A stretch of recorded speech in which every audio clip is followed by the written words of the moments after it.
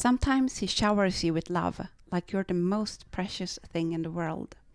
Other times he grows cold, silent, or explodes in rage, and you're left wondering, what did I do wrong?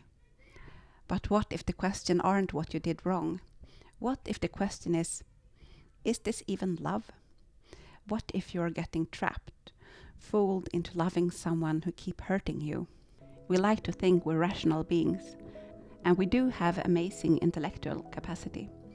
But did you know that most of our decisions are made emotionally first, and only afterwards justified by our thinking brain? You don't buy the iPhone, plan your vacation, or even decide what's for dinner just by logic. You feel first, then you justify. But what happens when someone learns how to twist your emotions on purpose, so your mind is always scrambling to make sense of something that doesn't make sense?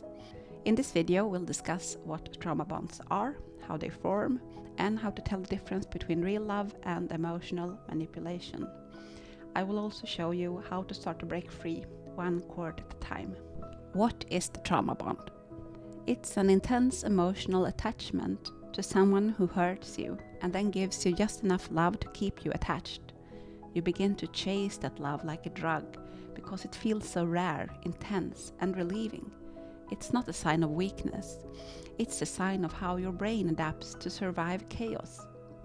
Trauma bonding often feels like passion because it's charged with adrenaline and relief. But real love doesn't require you to suffer first. This kind of love is like a slot machine. Sometimes when you cry, pull away, or try to talk about your feelings, he becomes warm again. He offers you a kind word, a hug, a magical moment. Other times, he punishes you, go cold, silent, or explode in rage, and you never know which version you're going to get. That's not random. It's intermittent reinforcement, the most addictive form of conditioning we know. It's what keeps people glued to slot machines. You start chasing the jackpot, even though you're losing more than you gain. I used to think I was clumsy, but now I wonder, was I really clumsy or was I being gaslit? I will tell you 3 stories about when I slipped or dropped something, and how his reaction actually told me more about where we were in the abusive cycle than it did about me. The first story, it was just a few weeks after we met, and we were going down from a mountain view, and the path went through a forest. And I slipped accidentally, and it was nothing serious. I got some dirt on my jacket, but he was beside himself. He apologized for taking me on such a dangerous path, and he carefully led me down the rest of the way.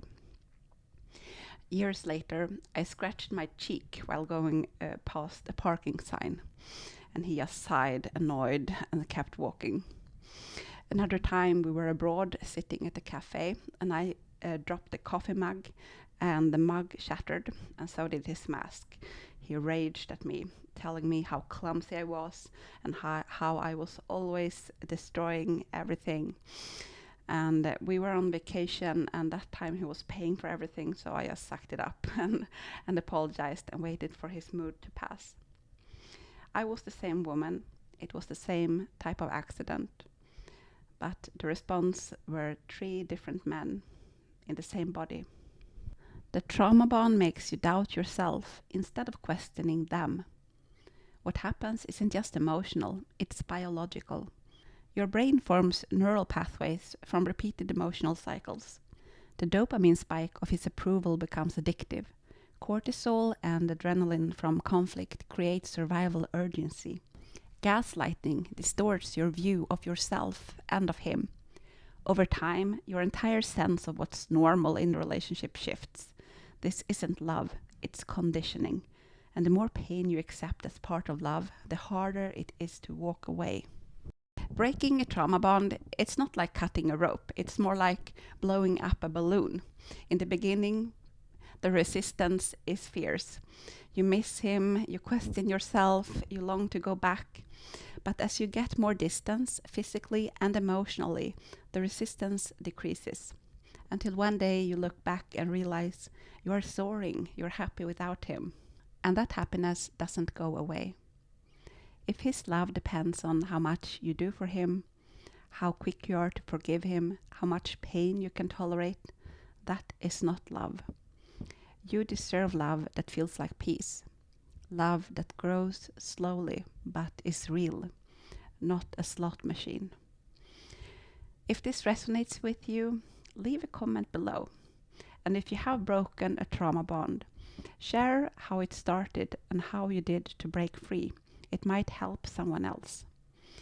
If you want to go deeper into the dynamics of toxic love, I have an ebook and you will find the link below.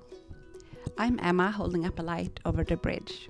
Remember, there is always a way out. There is always a way forward. Please be safe, take care, and have a great day.